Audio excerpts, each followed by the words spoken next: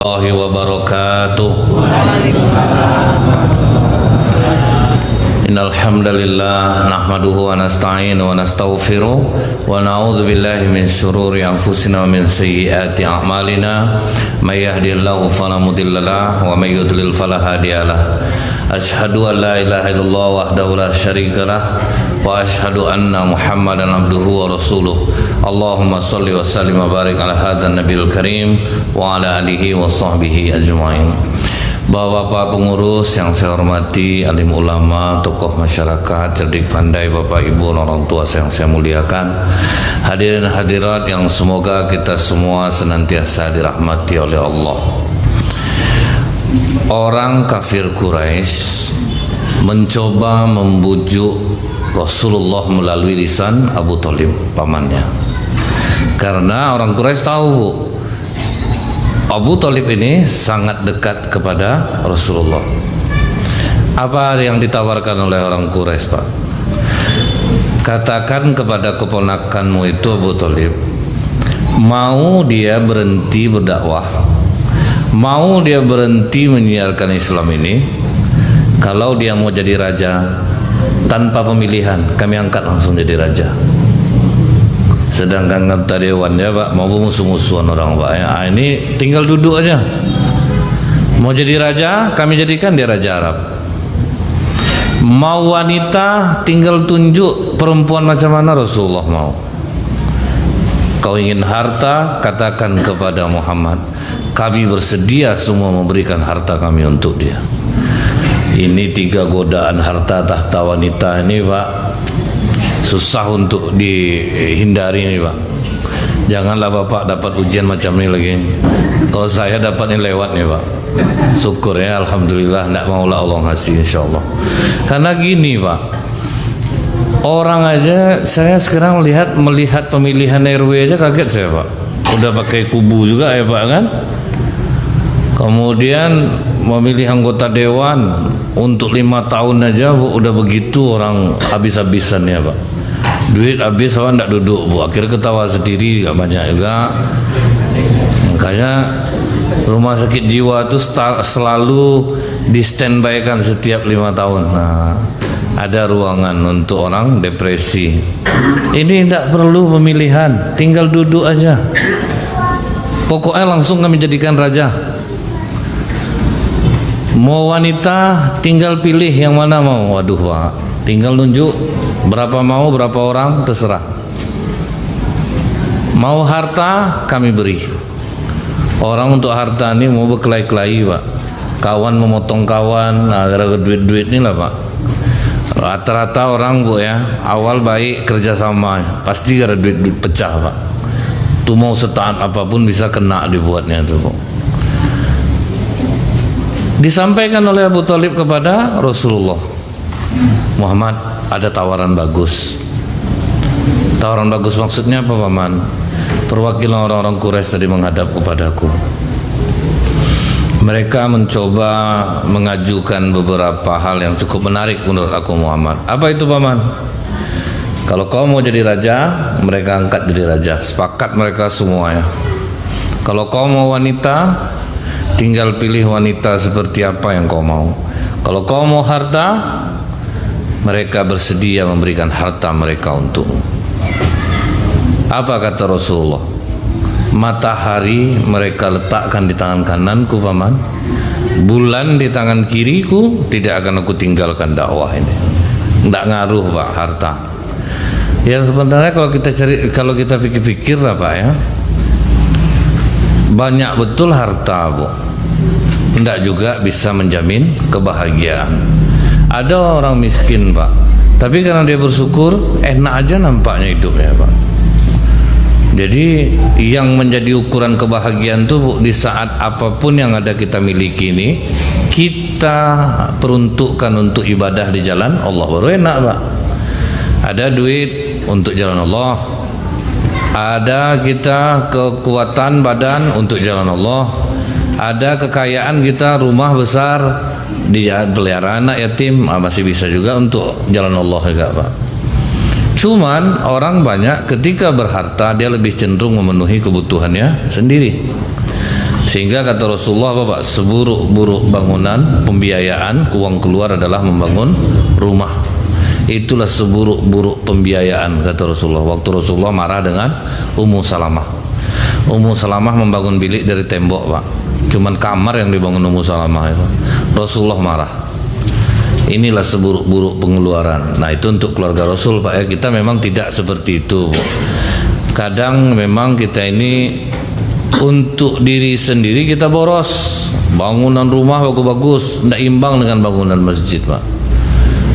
Sebetulnya Bu ya, membangun masjid apa nih tidak perlu dikeroyok. Saya yakin Pak, orang kaya banyak di sini. Sendiri pun dia sanggup sebetulnya. Contohnya apa Bu? Masjid An-Namiro. Kau dipikir hidup Bapak tuh tidak agak lebih betul Pak, sederhana aja. Tapi tidak mau dia Bu bangun masjid dikeroyok orang, enggak, biar saya sendiri, rugilah saya. Ada malah untuk sendiri, ngapa untuk ramai-ramai itu Pak. Dibangunnya lagi masjid di Rimbo Panjang sekarang itu pun sendirian loh Pak. Enggak ada dia minta bantuan orang siapapun, tidak ada proposal apapun. Kalau kita kan proposal, kadang masjid jadi pengemis Pak, minta-minta di jalan, buat tong di jalan tuh. Beribu gereja di Indonesia ini tidak ada minta-minta di jalan Pak. Orang Islam nih gara-gara gaya, abilah minta-minta. Tidak ada beda sama pengemis tuh Pak. Sama sama pengemis. Pekerjaan halal yang dibenci Allah adalah meminta-minta. Maksud saya itu apa? Untuk masjid kita ini ya, sekitar kita inilah yang harus bertanggung jawab. Jangan sampai diadang-adang jalan orang gitu Pak. Minta sumbangan di jalan. Ya untuk jalan Allah, tapi itu sesuatu yang salah. Itu kebiasaan buruk sebetulnya itu Pak. Nah, tapi Rasulullah menolak Pak. Tawaran ini semua ditolak. Perempuan ditolak. Harta ditolak. Jabatan ditolak. Akhirnya kata Abu Thalib, maju kau terus. Aku yang menjadi pembela. Nah, jadi dia yang pasang badan untuk dakwah Rasulullah Pak. Paman-paman yang lain tidak mau. Jadi Rasulullah ini di backup oleh Abu Thalib. Di backup oleh Abu Thalib Bu, berdakwahlah. Orang Quraisy pun meradang Pak. Ini nampaknya tidak bisa dibiarkan. Pengaruh Muhammad makin lama makin besar. Awalnya orang-orang miskin aja yang masuk Islam. Lama-lama orang kaya jadinya Pak. Awalnya orang-orang miskin aja yang mau menerima dakwah Islam ini. Pas Abu Bakar masuk Islam juga, dia pengusaha Pak. Jadi dia ngomong ke orang lebih mudah. Itulah untungnya Bu ya. Kalau kita orang kaya mendakwahi orang itu lebih mudah masuknya Pak, daripada orang miskin ngajak orang kepada kebaikan. Coba lah Bu, misalnya pergi kita nampak anak-anak muda ngumpul, kalian dengar ceramah masjid ini 20.000 satu orang, penuh masjid ini Pak. Kalau pakai duit tuh enak, memang kita tidak boleh membeda-bedakan orang, tetapi dalam kenyataannya perlakuan orang terhadap orang kaya sama orang miskin itu tetap berbeda Pak. Kalau orang kaya tuh ngomong Bu, pasti ada solusi ya. Panas betul masjid kita, besok kita tambah AC misalnya gitu Pak ya. Itu orang diam aja Bu, karena dia ada solusinya sama dia Pak. Dia berduit. Tapi kalau orang miskin yang ngomong Pak, tambahlah saya, kau pakai kipas anginnya masuk angin kau. Banyaklah minta, memang pasti berbeda lah. Nah masuk Islam Abu Bakar Siddiq, orang kaya banyak masuk Islam. Abdurrahman bin Auf masuk, Utsman bin Affan masuk. Dah mulai takut Pak orang Quraisy. Jadi orang Islam itu tidak bisa dibeli dengan harta, tidak bisa dibeli dengan pangkat, tidak bisa dibeli dengan wanita. Kalau sempat inilah yang ada di diri masing-masing kita Pak, aman nih Pak. Tidak ada ambisi yang aneh-aneh. Tidak akan ada menipu orang, karena kita tidak ada kepentingan apa-apa. Jadi dalam Islam ini Bu, kalau yang mampu jadi pejabat majukan diri, kalau yang tidak jangan menyodorkan diri. Abu Dzar Al-Ghifari Pak, terkenal jujur, mujahid, pembela Islam sejati. Begitu dia minta jabatan ke Rasulullah, ya Rasulullah jadikan aku gubernur Mekah. Kata Rasulullah, tidak, kau lemah. Tidak mau Pak. Tapi Nabi Yusuf mengajukan diri Pak. Wahai raja, angkat aku menjadi bendahara negeri ini, karena aku orang yang amanah dan bisa dipercaya. Naik, karena memang dia punya kemampuan. Jadi kalau kita punya kemampuan silahkan maju, kalau tidak jangan minta. Kalau tidak jangan minta. Setelah itu apa yang dilakukan orang Quraisy? Mereka semuanya sepakat kita boikot keluarga Bani Hashim. Tidak boleh dagang dengan Bani Hashim. Tidak boleh ada hubungan pernikahan dengan Bani Hashim. Tidak boleh bergaul dengan Bani Hashim. Jadi betul-betul terisolasi keluarga Rasulullah, walaupun tidak ada virus Pak, tapi pokoknya diisolasi. Tidak ada bergaul. Bagaimana mau makan? Duit ada, makanan tidak dapat Pak. Makan dedaunan paling sering Bu, dibandingkan dengan makanan yang layak. Siapa yang sering nyelundupkan makanan? Mut'im bin Adi, orang Quraisy. Dia tidak Islam tapi dia sayang kepada Rasulullah. Jadi ingat nih Bu, tetangga kita bukan orang Islam tapi kita harus tetap berbuat baik dengan dia. Jadi dalam Islam tidak ada Bu, orang kafir tuh, enggak. Mut'im bin Adi ini Pak ya, sampai kata Rasulullah, kalau sempat Mut'im bin Adi menyuruh aku membebaskan tawanan Badar, akan kubebaskan semua. Ingat jasa dia Pak. Dia itulah yang merobek Bu kertas perjanjian pemboikotan itu Pak. Dia tidak setuju. Jadi walaupun dia tetap kafir sampai mati, tapi dia tetap membela dan sayang kepada keluarga Nabi. Jadi saling menghormati aja. Setelah lepas dari pemboikotan selama 3 tahun itu Pak, lapar perut 3 tahun Bu. Begitu dapat makan yang layak, terkejut perut tuh Pak. Sama misalnya macam kita Bu, tidak pernah makan pizza, cobalah punya cucu sedikit, kan nolak kadang perut tuh Pak. Berontak usus tuh, apa yang kalian masukkan nih, kata usus tuh Pak ya. Biasa ikan teri, ikan salai. Sudah itu sambal belacan Bu, tahu-tahu masuk pizza Pak, tuh terkejut perut jadinya. Jadi samalah seperti ini Bu, 3 tahun kelaparan, dapat makan yang layak. Begitu dapat makan yang layak, beberapa hari kemudian Abu Thalib jatuh sakit. Walaupun bukan karena makanan itu sesungguhnya, mungkin jatuh sakit, lemah. Dalam keadaan dia lemah itu Pak, dibujuk oleh Rasulullah. Ayyu'am kulla ilaha illallah kalimatun hujjaka indallah. Ini nanti kalimat kau ucapkan la ilaha illallah Muhammadur Rasulullah, akan aku mohonkan ampun untukmu kepada Allah. Datang Abu Jahal Bu, tidak usah kau ucapkan lagi itu. Apakah kau akan meninggalkan agama nenek moyang kita Abdul Muthalib? Itulah bahaya kawat tuh Pak. Jadi kata Rasulullah apa Bu? Agamamu mengikut agama kawanmu. Berkawan kita sama orang jahat, sebaik apapun kita kena. Lain halnya Bu, kita baik, orang yang mau berkawan sama kita, berarti dia yang suka Pak, dia ingin mengikut kita. Tapi ini kawan kita udah jelas dia jahat, kemudian kita yang berteman sama dia kena enak, dia diajak ngomong, itu jadi mudah dosa jadinya Pak. Melakukan dosa itu jadi mudah jadinya. Kawan ini bahaya Bu. Rasulullah kenapa berhenti gembala kambing? Karena pengaruh kawan. Sangat dahsyat pengaruh Pak. Sampai mau nonton musik Rasulullah dibuatnya. Turunlah Muhammad, tengok-tengok di Mekah penyanyi mantap-mantap. Kan ikut Rasulullah Pak. Sampai 2 kali Rasulullah tertidur. Akhirnya Rasulullah memutuskan, berhenti aku nih jadi pengembala kambing. Jadi berkawan kita sama orang pegunjing, jadi mudah rasanya bergunjing Pak. Jadi tidak berdosa. Dia untuk gunjing nih Bu, laki-laki perempuan sama aja Bu, gaya aja yang beda. Kalau gaya ya beda Pak. Kalau perempuan tinggi antennya Pak, jarak jauh aja dia gini-gini, mengerti dia artinya Pak. Kalau kita laki-laki agak dekat, itu aja bedanya. Terus laki-laki agak lebih elegan gayanya tuh. Terasa betul Pak ya sekarang. Itu cara laki-laki Pak memulainya tuh Pak. Kalau perempuan agak sedikit Pak, agak lebih bersemangat. Ngomong berdua jarak dekat tapi suara tidak dengar Pak. Bisa dia paham Pak ya apa maksud itu Pak ya. Jadi itu aja perbedaannya. Kalau bergunjing sama aja. Nah, terus dibujuk lagi oleh Rasulullah Pak. Ucapkan paman. Abu Jahal terus pula Pak. Rupanya pengaruh Abu Jahal lebih kuat daripada Rasulullah. Naik ego Abu Thalib dibuatnya, wah aku tidak akan meninggalkan ini. Akhirnya Abu Thalib meninggal dalam keadaan musyrik, tidak masuk Islam. Di sini kita melihat apa, Bu? Kita ini hanya bisa menjadi penyampai. Yang ngasih hidayah tetap Allah. Bapak ibu berambisi betul, tidak bisa Pak tanpa hidayah dari Allah.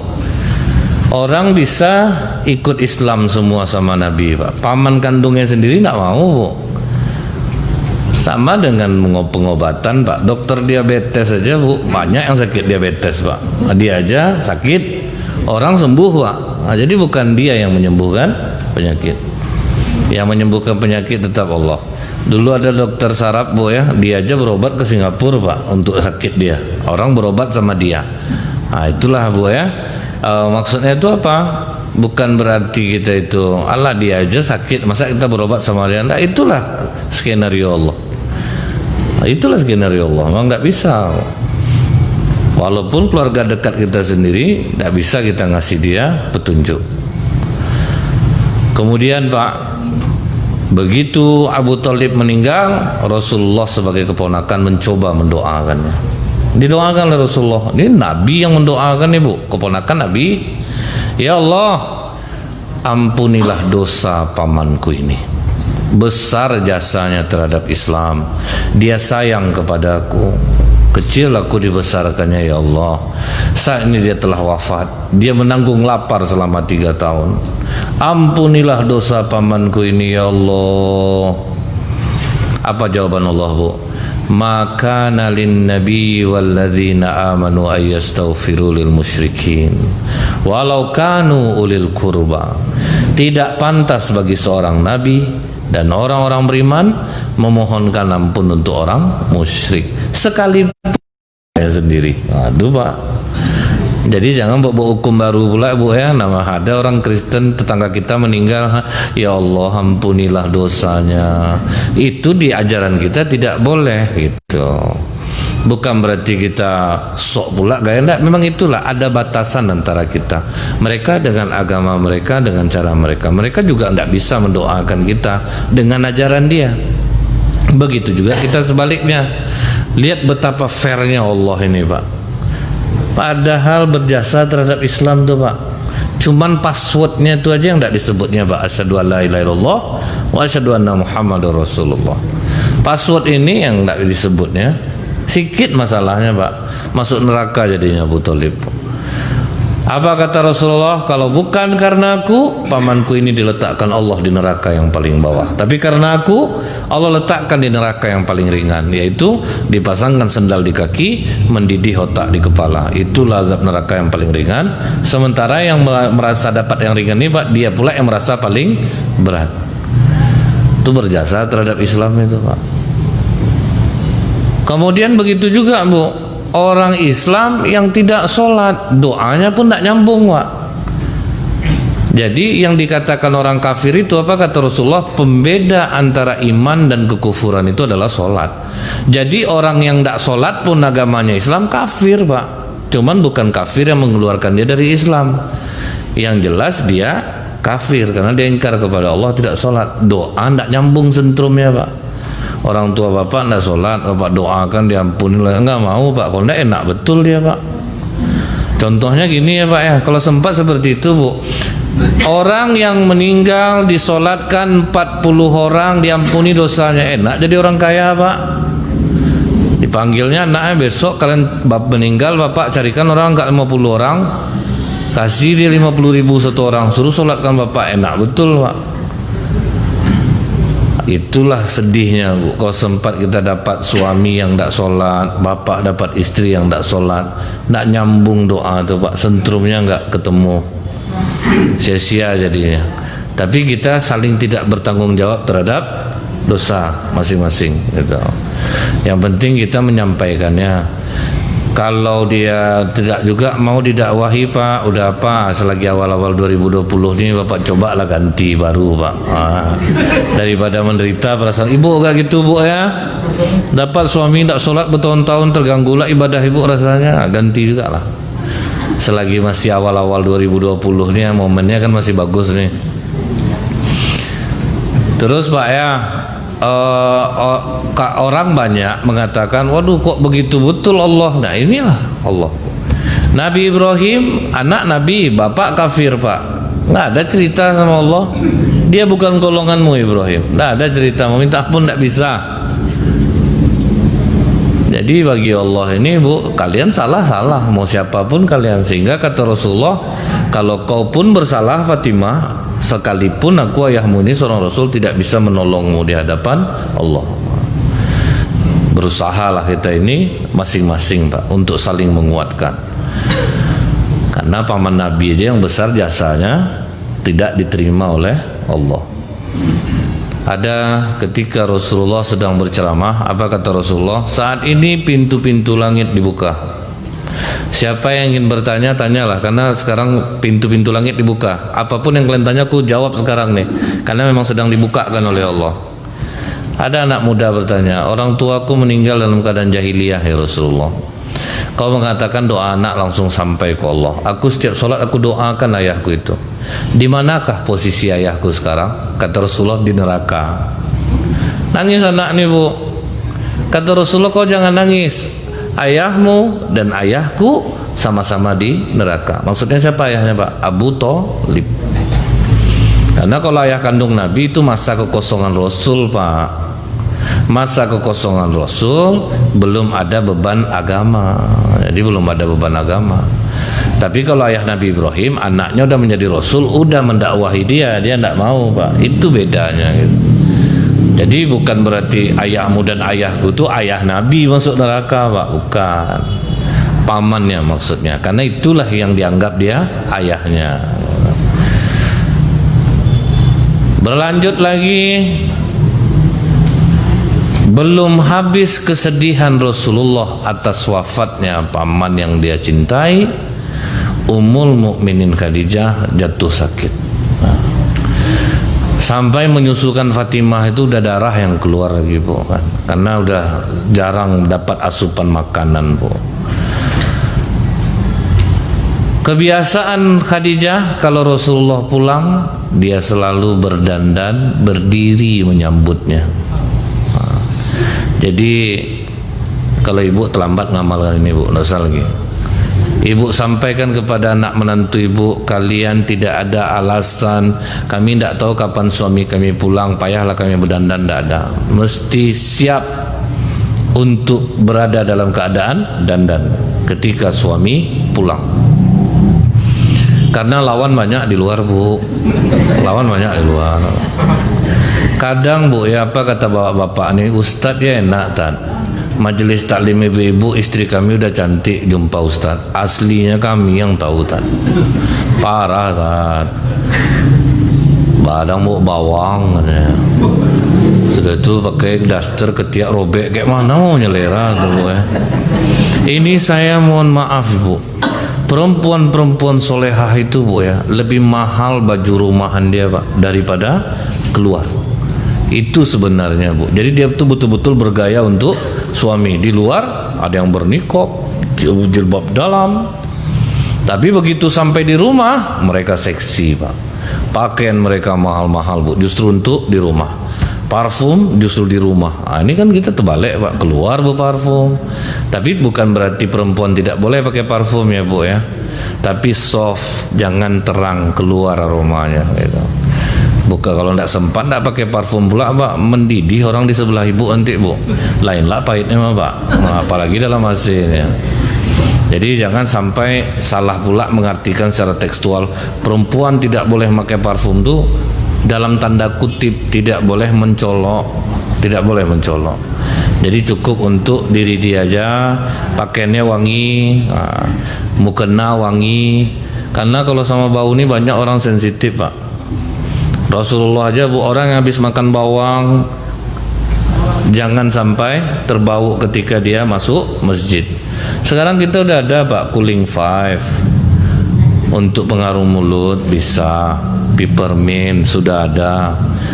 Ini kadang dia perokok Pak, masuk ruang AC itu terasa loh Pak, berbau dia tangan, mulut. Di bantainya pula berucap pula bukan, sampai menahan napas kita sebelah kadang Pak. Ya anggaplah rokok itu makruh Pak, tapi masuk masjid itu usahakan udah clear dia. Ada saya lihat Bu orang rajin dia bawa Pepsodent itu sama gundar gigi itu Pak, dikantongi dia. Jadi pas mau masuk sholat digosoknya, terus dia bawa sabun Bu, tangan dicuci ya. Itu enggak apa-apa Pak. Jadi masuk masjid harum. Masuk masjid itu harum.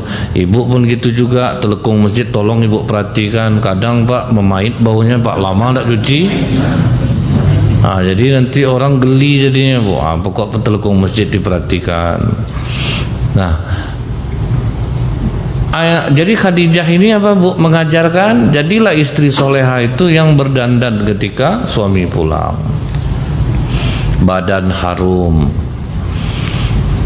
Kemudian tapi suami yang baik itu kalau inginlah suami istri harum tolong modali Pak, jangan demo aja Bapak pandai. Tengoklah betul kata Ustaz, berdasar aja kau ke rumah, pernah abang belikan aku baju, kena Bapak nanti modali. Ini tolong dia nanti mana tahu istri saya tidak ada ngasih. Pencarian istri saya besar daripada saya Pak, tidak mau dia dibelikan. Nanti dibilang orang Pak lah ngomongnya pandai belikan, tidak dibelikan lah kalau ada. Kemudian Bu ya, kalau sempat emak-emak ini yang masih ada suami mengamalkan ini, nanti Bapak takut. Makanya saya bilang Ibu jangan ngamalkan ini. Tahu Pak, Bapak pulang Pak berdandan istri bangkit takut Bapak ini Pak. Ya Allah, ninggalkan perangai istri aku ya Allah.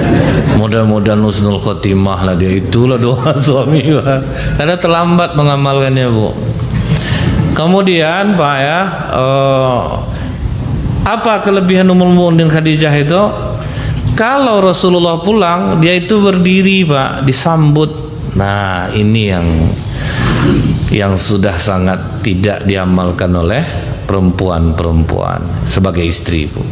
Jarang yang suami datang disambut disongsong. Sementara Bu, kami laki-laki ini ego agak tinggi sedikit Bu, butuh penghargaan lebih. Jadi ketika dia dihargai itu rasa cintanya bertambah-tambah jadinya. Tapi tengoklah tipe suaminya Bu, ada dia disambutlah sama istrinya, mengkep lah, tolong buka engkos kaki abang, busuk lah kayaknya, nggak usah buat macam itu Bu.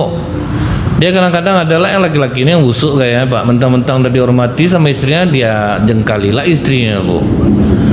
Tolong ambilkan nasi, ambil nasi, bawa kopi. Nanti kopi rasa nasi nanti bang sesuatu lah nyuruh tuh, ego lah dia. Jadi maka saya pernah katakan ke istri Bu, boleh enggak kami tidak minta maaf sama suami kalau kami salah? Ya tengok suaminya, dia ada suami ini mengkek lah dia Bu. Kalau istri minta maaf enggak perlu istri minta maaf, bangkitlah kesombongannya Pak. Bang maafkan kesalahan aku ya bang ya, karena kalau abang tidak ridho bang neraka bang. Sadar kau kan, maka kau udah aku bilang jangan macam-macam sombong lah kayaknya Bu. Matilah bang ya gitu lagi Bu. Udah mau orang baik-baik Pak. Nah, ini yang dimaksud Ustaz Somad tuh Bu, sombong kepada orang sombong itu sedekah itu daripada keterusan sombongnya Pak itu ya. Jadi lebih baik dia cepat tersadar dia lagi. Cuman ini jangan diperintil, maksud kata-kata ini dia ada pada tempatnya. Di hari terakhir itu Pak, Ummul Mukminin Khadijah berusaha untuk bangkit menyambut Rasulullah tapi tidak mampu berdiri. Mau nyambut karena itu udah menjadi kebiasaan, nggak bisa lagi. Cuman sayang Bu, ini siapa sekarang yang mengamalkan? Justru perempuan nakal. Makanya Pak ya, apa kata pelacur?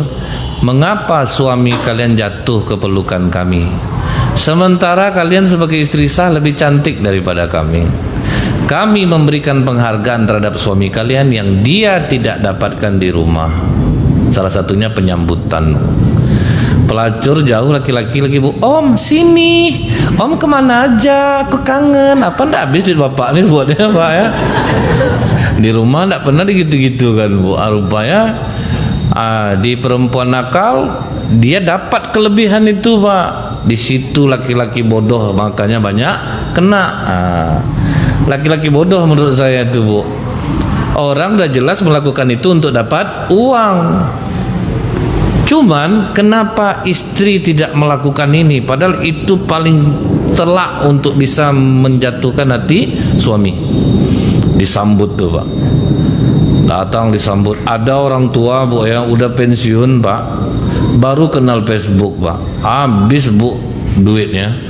Cuman digitu-gitu kan perempuan aja di dunia maya itu. Om udah berapa umur Om? 65 tahun. Ya Allah Om masih ganteng juga Om lagi. Om bisa kirim pulsa 500? Kirim Pak. Ngeri Bu. Jadi makanya itu rencana nih mau buka kajian pranikah Bu di Masjid Hikmah Jalan Sewu setiap Selasa malam. Anak-anak yang mau nikah suruhlah datang tuh. Jadi biar tahu mereka ya Bu ya. Kadang apa namanya nih nanti saling salah menyalahkan karena tingginya tingkat perceraian di Pekanbaru ini sekarang ya Bu ya. Makanya rencana KUA itu Pak, orang mau nikah dapat sertifikat dulu Pak, kursus dulu 3 bulan sekolah dulu. Karena ngeri Bu, Pekanbaru termasuk tertinggi juga lah di Indonesia ini. Dari awal Januari 2019 sampai Desember 2019 901 kasus. Berarti dalam sebulan berapa tuh Pak yang bercerai Pak? Dan itu yang melapor, yang enggak berapa lah banyak lagi Bu. Dan 80% perempuan yang minta cerai. Dan 80% itu Pak suaminya kaya-kaya Bu. Apakah tidak menyesal Ibu pisah sama Bapak? Uang itu Ustaz hanya bisa beli kesenangan, tidak bisa beli kebahagiaan. Jadi mereka ini Bu 80% ini Pak orang-orang kaya yang bosan kaya Pak. Mereka ingin mencari suami yang soleh. Dan ini kabar gembira untuk Bapak. Mereka masih di Pekanbaru semua ya. Semangat dong. Persiapkan diri kita Pak. Saya memanas-manasi aja nih Pak. Kemauan ada, keberanian yang enggak. Setelah itu Bu ya, begitu Ummul Mukminin Khadijah mau berdiri, dikejar oleh Rasulullah. Apa kata Rasulullah? Jangan berdiri Khadijah, duduk saja, duduk saja. Langsung Ummul Mukminin Khadijah menangis.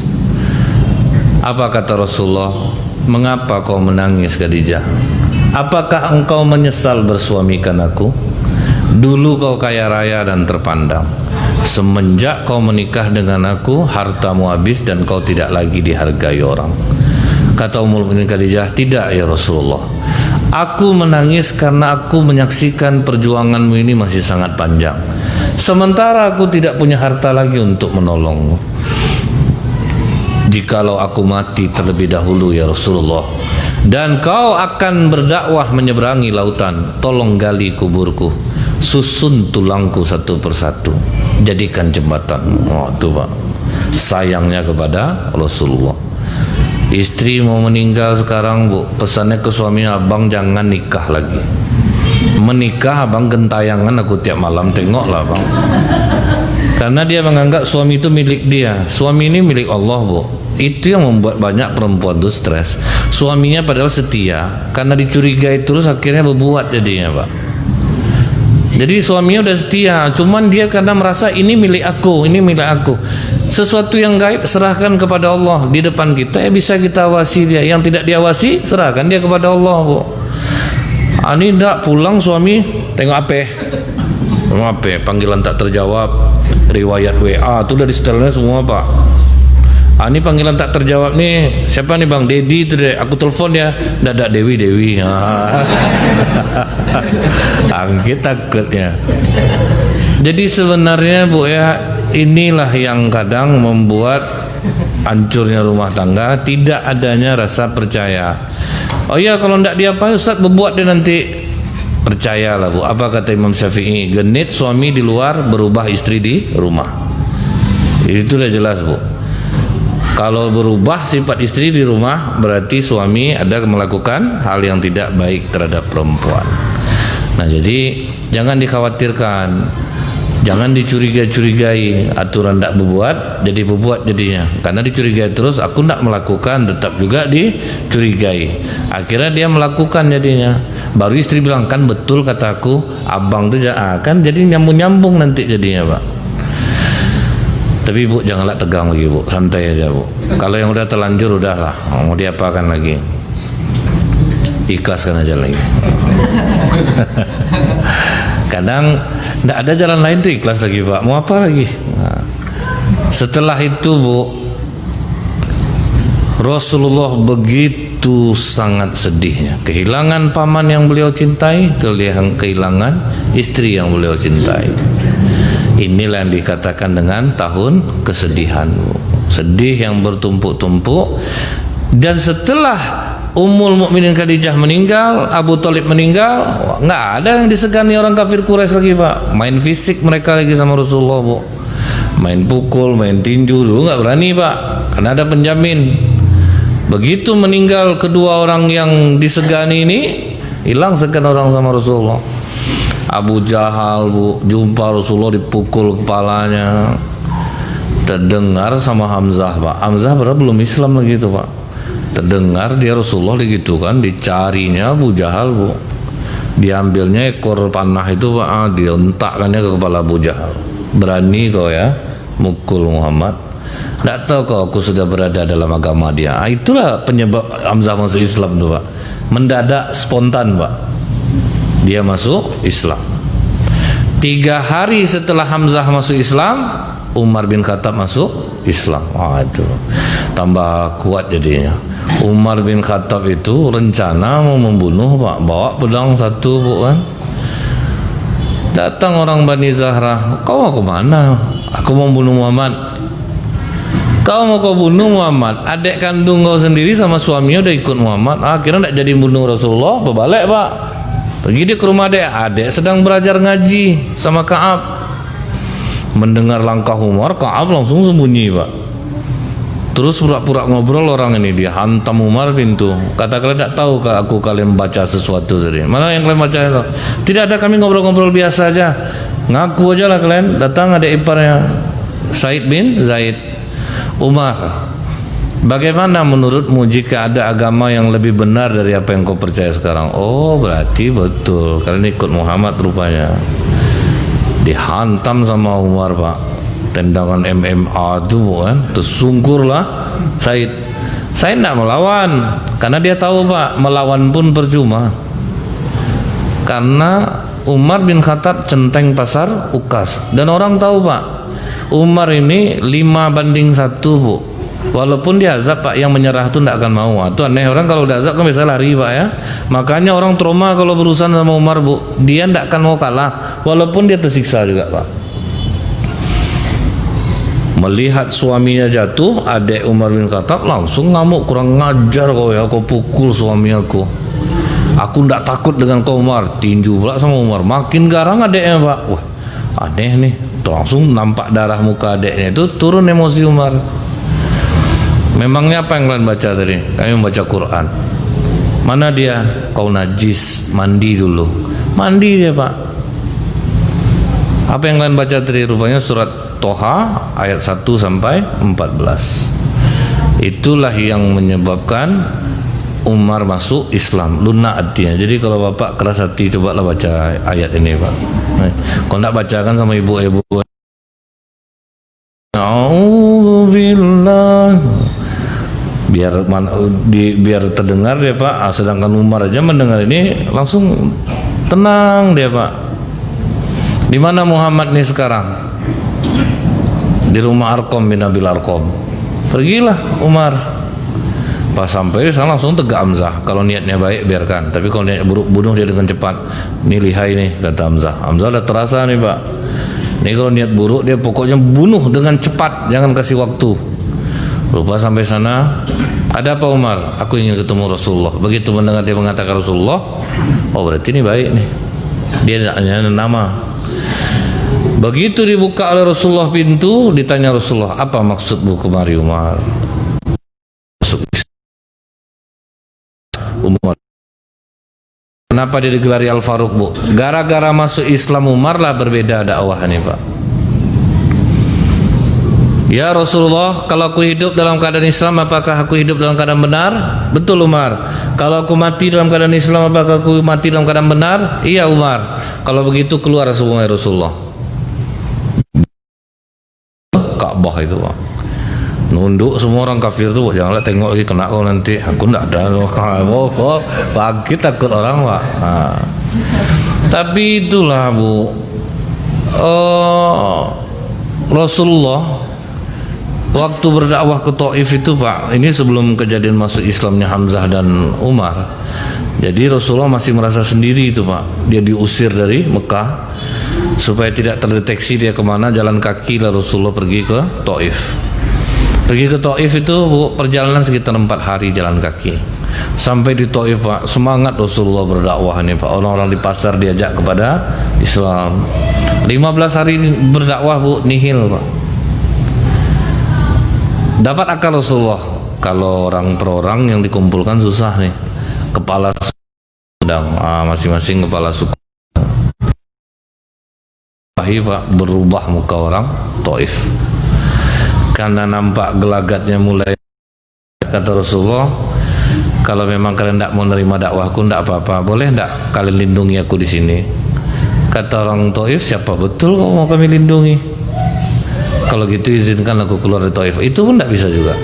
Kami bikin jera kau Muhammad, kau berani masuk ke tempat kami bawa ajaran ini. Dari mulai orang tua sampai anak-anak melempari Rasulullah dan Zaid dengan batu.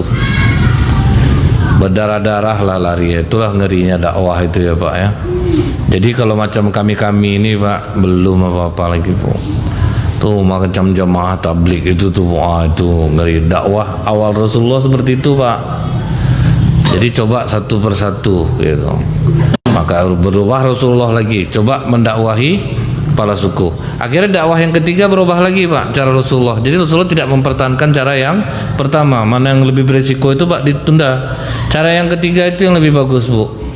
Orang kumpul bai'at Aqabah, itu berapa orang, nanti mereka yang menyampaikan kepada kaumnya. Jadi lebih elegan gitu. Jadi terus inovasi lah dakwah Rasulullah waktu itu. Cara pertama berbahaya, ganti coba yang kedua masih berbahaya, ganti yang ketiga. Jadi mereka udah kuat dulu di Madinah, baru nanti Rasulullah datang ke sana. Dan yang menyampaikan itu orang-orang dekatnya masing-masing. Jadi tidak begitu besar pergolakan jadinya. Nah, waktu Rasulullah berdakwah ini, Pak, kalau adalah macam kami ini yang mengeluh sangat tidak pantas rasanya. Sekarang, Pak, berdakwah enak, ruang masjid AC, Pak. Pulang dapat amplop, bukan? Masih juga ngeluh lagi. Kadang masuk WC tengok segini, tidak mau dia ceramah situ lagi. Itu ada juga. Apa namanya, Pak? Itu rasanya terlalu lah. Karena sebenci-benci orang dengan ceramah, sekarang tidak akan dilempari orang kita pakai batu. Nah, itu dah, kalau kita bayangkan bagaimana Rasulullah berdakwah, aduh, ujungnya aja belum kita lagi. Jadi kalau dapat hinaan-hinaan sikit-sikit itu, Pak, tahan-tahan aja lah. Nah, baik, insyaallah akan kita sambung kembali. Subhanakallahumma bihamdika asyhadu an la ilaha illa anta astaghfiruka wa atubu ilaik. Assalamualaikum warahmatullahi wabarakatuh.